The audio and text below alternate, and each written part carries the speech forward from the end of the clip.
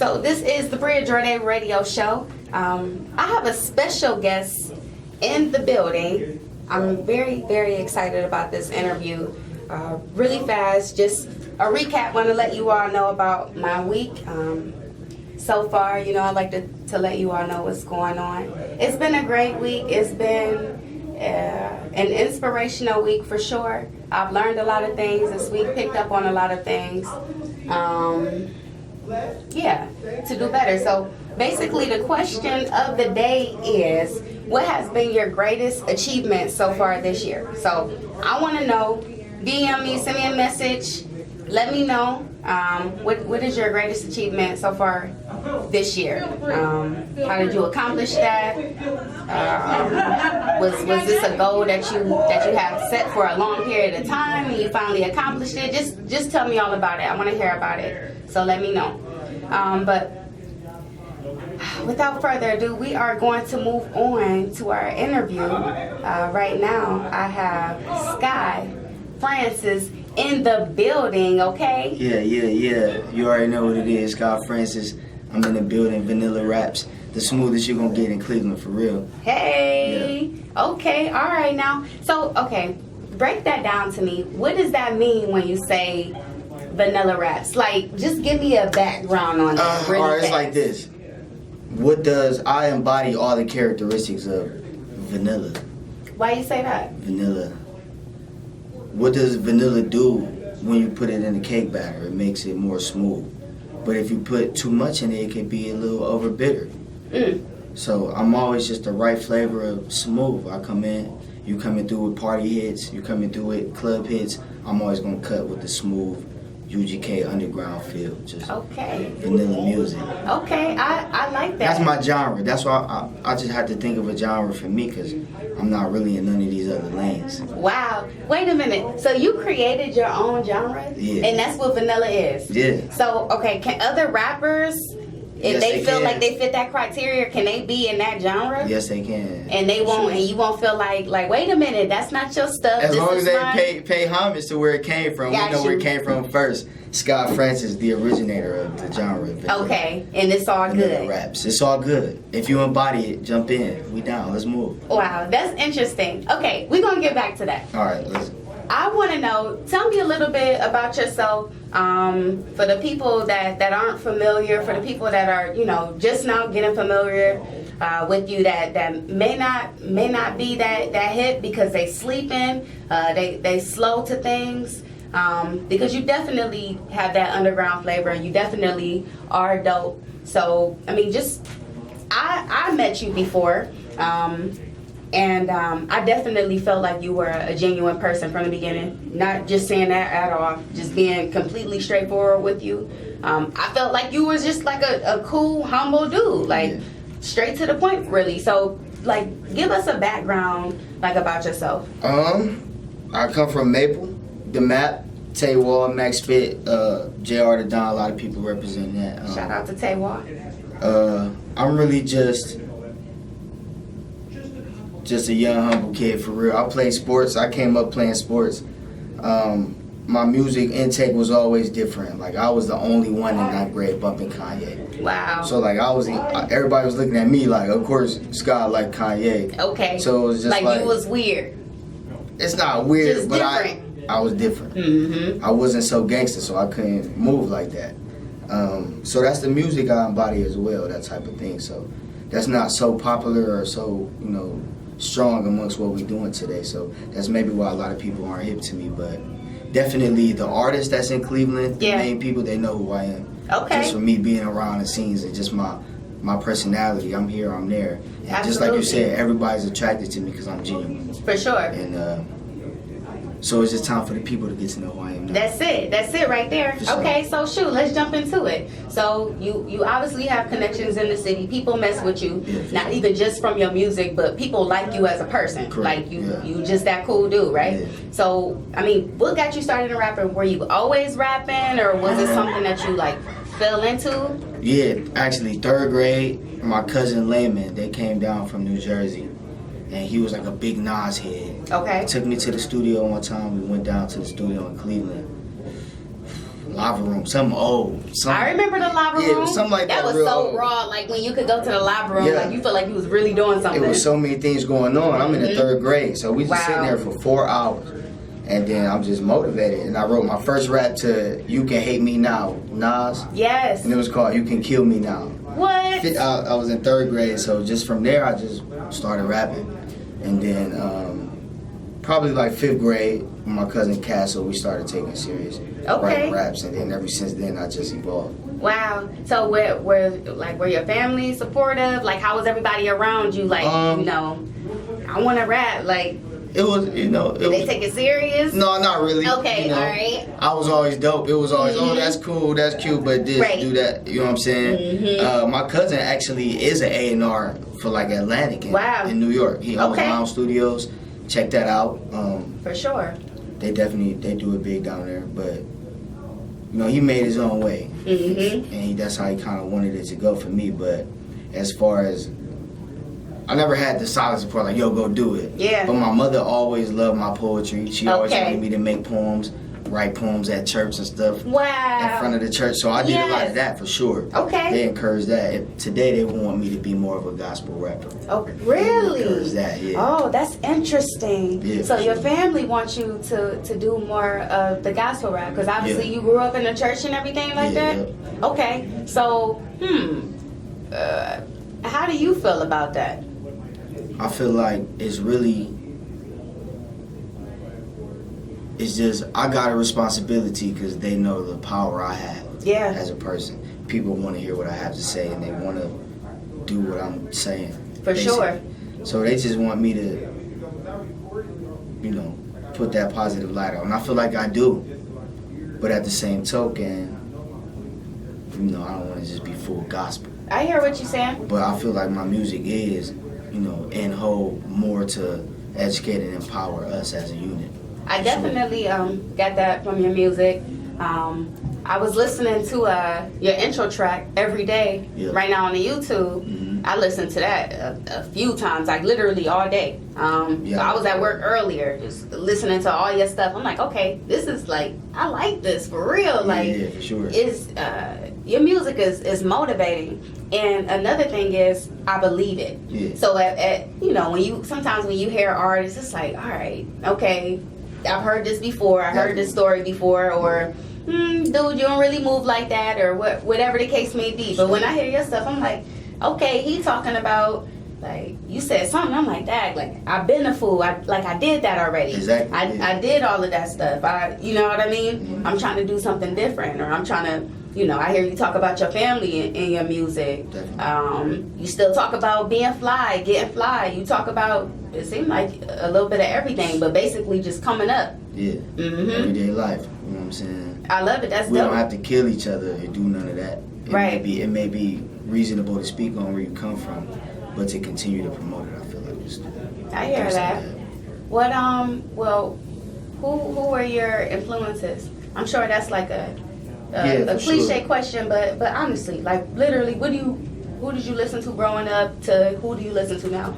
So it was always, you know, UGK, early Kanye West, Too Short, shit like that. But the main embodiment is Currency, J. Cole, and Nipsey Hussle. Okay. I hate to say this list now because Nipsey Hussle was in it, and it's like, yo, you're just saying that. But the people who really know some people really actually rocked with Nipsey Hussle. I got a CD in my car, Nipsey Hussle. Yeah. I feel crazy because it's a burnt CD, but I mean, I was listening to Nipsey Hussle way back. Yeah. So like that, like 09. So that was like a true influence you could hear when you dive into my music. For sure. Currency, J. Cole, Nipsey Hussle. Currency, just a style, the cool, my charisma. I can hear that. And then you got the, you know, the words, you know what I'm saying? It's just dope, like J. Cole, Nipsey Hussle, I feel like. Okay, definitely, that's dope. One thing I definitely noticed in your style, you absolutely have a style, and I can hear you carving out a style. I feel like you still mastering it, but I can hear it though. I'm like, oh, okay, I can hear you in your pocket, like especially, you know, and it's consistent with your songs. I'm like, okay, this is his pocket. You're really good at melodies. like the way you make it flow. Even like some of your hooks, like the way you have, you know, the melodies going. I'm like, okay, I can hear the potential of really being like a great songwriter. Have you ever considered writing music for other artists? Nah, for sure. I have. My cousin's wife is a singer, actually. So I'm thinking right now, like trying to get her a song going. I got some gospel songs written. Okay. But I think I'm gonna have to give over to some gospel artists. Is it all rap? Sure. Is it R&B music? No, R&B. Singing, poetry, raps for other people. I done wrote hooks for people, you know, things like that. Yeah. So for sure, I would be a songwriter any day. Okay, all right. So, how do you see yourself moving forward? Like as far as the music industry go, like, do you how do you envision your career to be in this music industry? I'm not sure. Okay, that's fair. Right now is that I'm deciding. Okay. Because at first, you know, I met you a while ago. Yeah. I was struggling. Should I really continue? So now that I'm diving in. You were rapping back then. That was years ago. No. Oh, I put my 10,000 hours. Yeah. So. Yeah. You definitely were rapping back then. That's a true story. But yeah, just trying to move forward. I'm developing that plan now. I'm carving that plan out. I can see myself developing a fan base, doing shows, getting merch, things like that. Right. I'm not really too big on like a major deal or nothing. That's not the plan. Okay, that's my question. So you don't really care for getting signed to a major label or anything like that? No. Okay, you want to be independent. I'm 100% underground. Like that's. Got it. You want to be, okay, that's how you want to stay. Like, that's your lane. You ain't worried about all of that other stuff or whatever. Nah, if Currency called me, shout out to the Jet. That's it. I definitely signed the Currency. Right there, like that. That's my lane. Okay. Underground, I'm not worried about these hits. I'm worried about my hits and my style and my consistency. I think that's good that you know that, you have that understanding about yourself, and you at least know where you want to go with that. I think, you know, a lot of people feel like they want to be superstars or make it big, and honestly, that's not the path for everyone. Nah. Now, you saying you want to stay underground, but you are somebody who could be forced into that light. How do you feel about that? If it turned into something like that for you, or do you feel like you don't want that life? What if you did blow up? It would be the same. I wouldn't chase that. If I blew up, it would be because of what they like or what I have. Right. And then after a while, you'll blow up, but once it's settled, I'll be still settled where I need to be. Okay. Right in that level of hip hop, underground scene, you know what I'm saying? Yep. And that's where I want to be at. Okay. I do House of Blues around America. I know that's right. I hear that. Yeah. Okay. You want to be a performer artist and everything too. Yeah. Have you been doing a lot of shows in Cleveland? What's your live show like? Shoot. You know, dope. Okay. I call them plays for real. You call them? They well, plays. Wait a minute. You putting a lot of. That's a lot that you put behind that. So your live show is okay. Well, what's your live show like? You know, it's a play. So I'm calling it a play. If I'm doing a live show, like my next live show, I'm gonna give you all the details now. It's gonna be set up like Sunday chilling, Sunday afternoon. We got the cards game going, dice game going, just on stage, just like that. Wow. So as I'm performing, I'm gonna have the dice game going, or card table, spades tables going. Yeah. And my music is gonna be the Sunday vibe, my playlist, just how I do it with the homies, like we're really doing. That's dope. So that's gonna be the show, but that'll be the play, Sunday vibes. I don't know. Wow, I like that. Okay. So really, that's the next idea for the next show. Okay, so you would say, I mean, so your fan base is more so like a chill crowd. It's probably going to be. Okay, all right, definitely. You don't really have to jump around, right? You just listen. Cool, it's not catch that vibe. Mosh pitting, nobody. No. People don't gotta worry. Women don't have to worry about getting their hair wet, stuff like none of that. Breaking nails at your show. Okay. No, my music, I want you to hear what I'm saying, and then once you do catch on and they come in as real fans, you already know the words, you know, it'd be a little more hype, but at the same token, we still rapping, we still focused, we still keeping it G. Right, for sure. That's dope. Hear what I'm saying? Right. Okay, that's definitely dope. Okay, well, let me see. Tell me this. I want you to answer this question.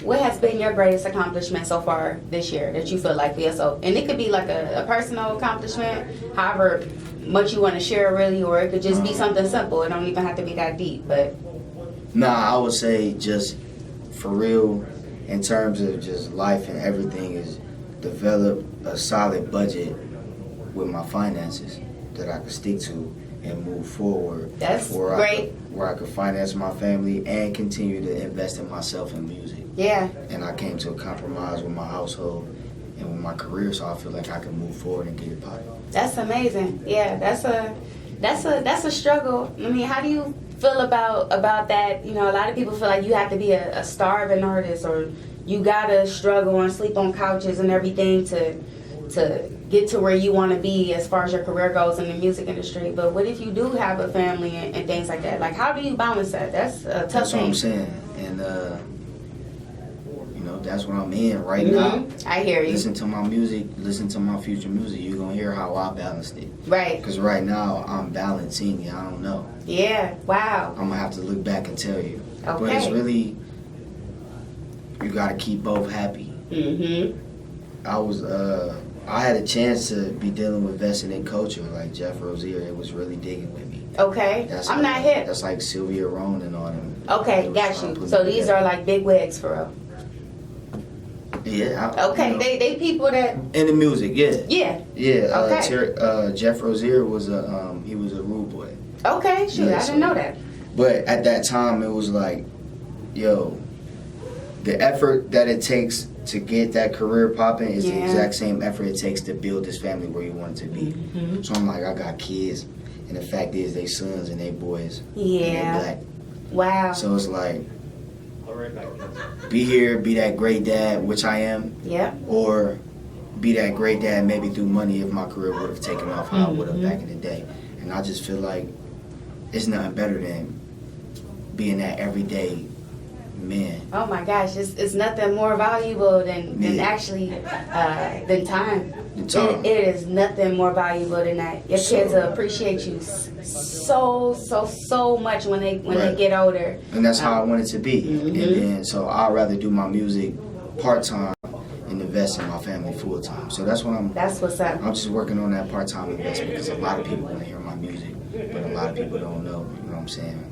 That's amazing, right? And it's actually a lot of people that can relate to you. It's a lot of good fathers out here still that's trying to do the same thing. They want to, you know, whether it's music or whatever the case may be, but they want to invest in themselves. But they like, okay, my family is first. You know, this is my heart. This is what's important to me. That's what I'm banking on. Yeah, that's my core fan base. Definitely. Yeah, okay, sure. So yeah, that's dope.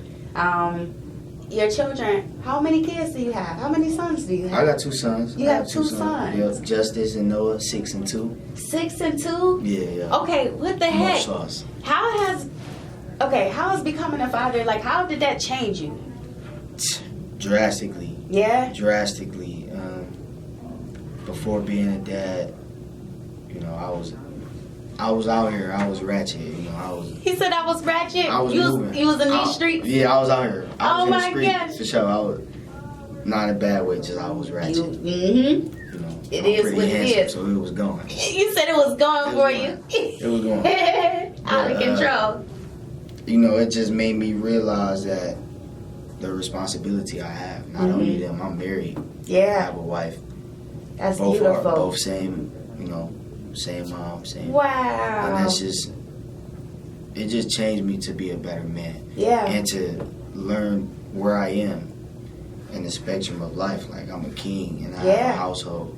And my own household is my kingdom. Absolutely. So that's the truth. The decisions I make affect not just me, but my kingdom.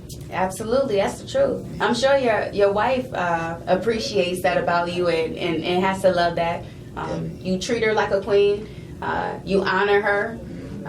Period. You honor her in your music. I could hear that. You know, as a woman, that's something that I heard. That's like, oh, okay. Yeah. It made me want to listen in. I'm like, okay, he talking some sense. He's not out here, you know, just disrespecting women. He actually being real about, you know, his lifestyle and what he has going on.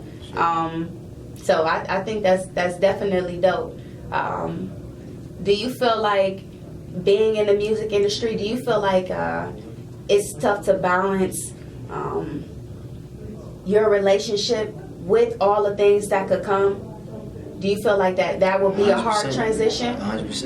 Mm-hmm. And that's a large fear. If That's the truth. If I was to really go my hardest and I do pick up, that's a fear of mine. Mm-hmm. That I've been so down lately. I would be so happy for all this new attention, for all this new whatever recognition of my music. Yeah. That it would maybe hinder a relationship here, or all this. You know, I don't know. Wow. Yeah. You speaking like some real stuff right now. Yeah, because you don't want to lose. You don't want to lose your truth and lose, something that's really real to you that you know is actually real. That's solid. Like, people.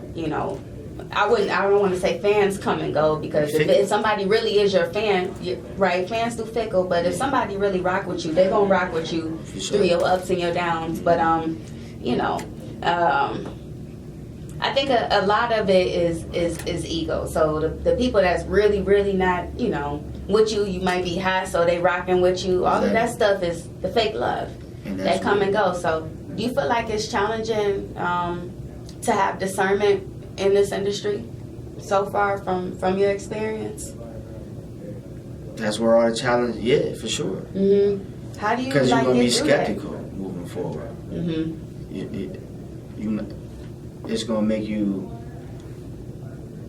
base your decisions off of what could happen. You're not going to be like, all right, let's make this decision. Let's go do this show in New York, even though I still got to go to work here. So that might affect here. It's just going to make me skeptical moving forward whatsoever. If I sign this deal, now I'm in contract for whatever they want me. Right. For however long. So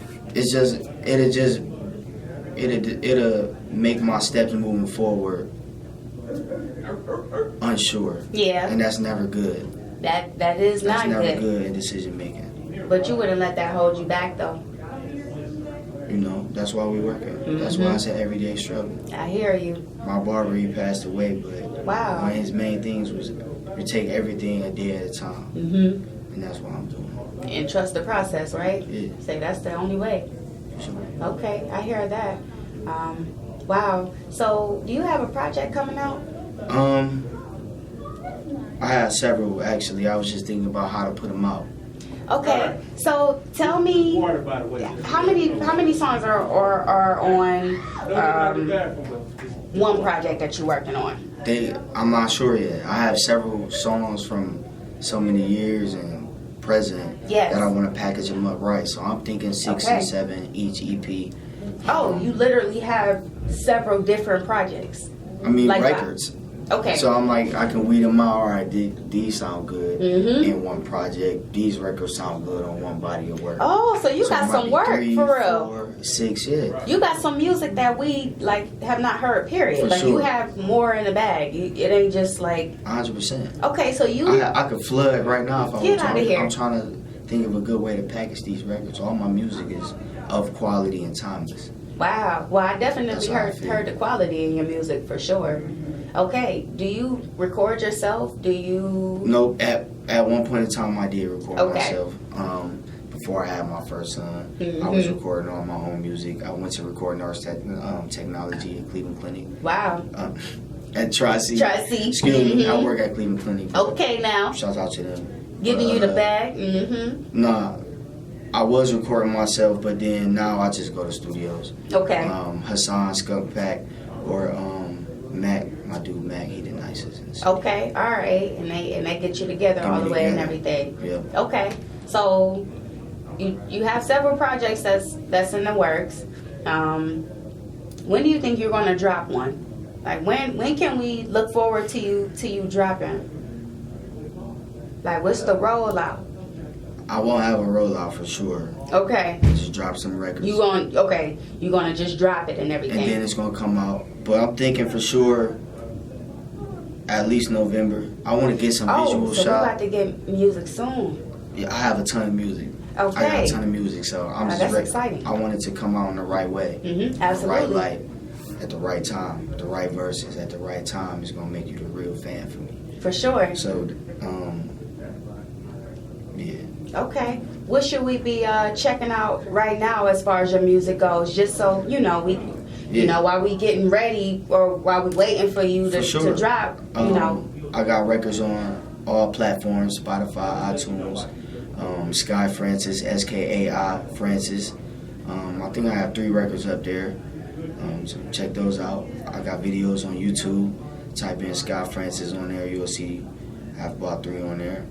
And then I got things coming. I'm performing at Lemon Pond Drop October, so shout out to them. Lemon Pond Drop is really moving big in the city. Okay. Hip to them? No, I'm not hip to them. Lemon Pond Drop is moving big. Look, he gave me the pause. Like, what you mean you not hip to them? Lemon Pond okay, Drop so is I need to get up on that. Yeah. Okay, all right. Shout out to Chi, shout out to Castle, the whole Lemon Pond Drop crew. And it's a place where you're gonna be performing? Yeah, each lemon. So these are like little sets. Got you. So each one is different. Okay. The next one is the 28th. In the mall somewhere. I think. Okay. Freshie performing. Got you. Travolta. Hit to him. Mm-hmm. Yeah, Freshie, my dude. All right. But no, y'all have nice. any collabs? No. Is that something that we can look forward to, maybe? Nah, probably not. Okay, I got Not the same genre of music. Got you. It's not vanilla. It's not vanilla. I hear it. And that's where I'm gonna remain. Heard. You know what I'm saying, in my raps, but you'll definitely catch a cameo in a Freshie video or something on stage. You'll see the Francis on it for sure. That's dope or too. Or vice versa. All right. So, okay, wait a minute. So I know you have your own genre and everything, Yeah. but what about artists that do want to collab with you? What if you're not feeling their music? Like, because I have artists right now that's like, I need to collab with him. Like, so, but what if you don't feel their music? Or how does that work? How can an artist go about working with you? This is my thing, really. I'm not in it for the money. Mm-hmm. So you can't just throw me $500. Ain't nobody buying you. Mm-mm. I hear you. You know what I'm saying? So it's more of a vibe. Got you. If we in the same room, you know what I'm saying, I can feel you as soon as I walk through the door. I ain't gonna say nothing. We can kick it. We can talk. Right. But I would rather our things come organic. I hear that. But if somebody hit me up, yo, Scott, check me out. We should link. We should do something. You know, I'm always down to collab because I don't want to just be You're not gonna water down your brand. Exactly. Mm-hmm. That's all. But for sure, I would collab it as long as it makes sense to my brand. I hear that. Okay. Have you worked with anyone in the city yet? Not really. Okay. Not really to speak of as far as, you know, I just work with the people I work with. Yeah. It's nothing really to speak on like, oh, I did this. Got you. It's more of a, you know, you'll hear it when you hear it. I hear that. Okay, I respect that. Yeah. That's cool. Okay. How do you feel as far as like coming up in your own city? Do you feel like you're gonna stay Cleveland based, or do you see yourself moving out anywhere? I know I hear this from a lot of Cleveland artists, and you could tell me how you feel about it. A lot of people feel like it's not much room for growth as an artist in Cleveland, that you have to go to Atlanta, you gotta go to New York or LA. How do you feel about that? I honestly hear that a lot. Like, people feel like Cleveland don't support each other, artists, unless you hide. I definitely understand that point. I understand that point, but it's really what your intentions are. All right, you know, you can't come up and say, just because you made it first in Cleveland, you have to come and get me. Mm-hmm. You have to, you know, I get that point. Yes. But it's about your motive and where you want to be.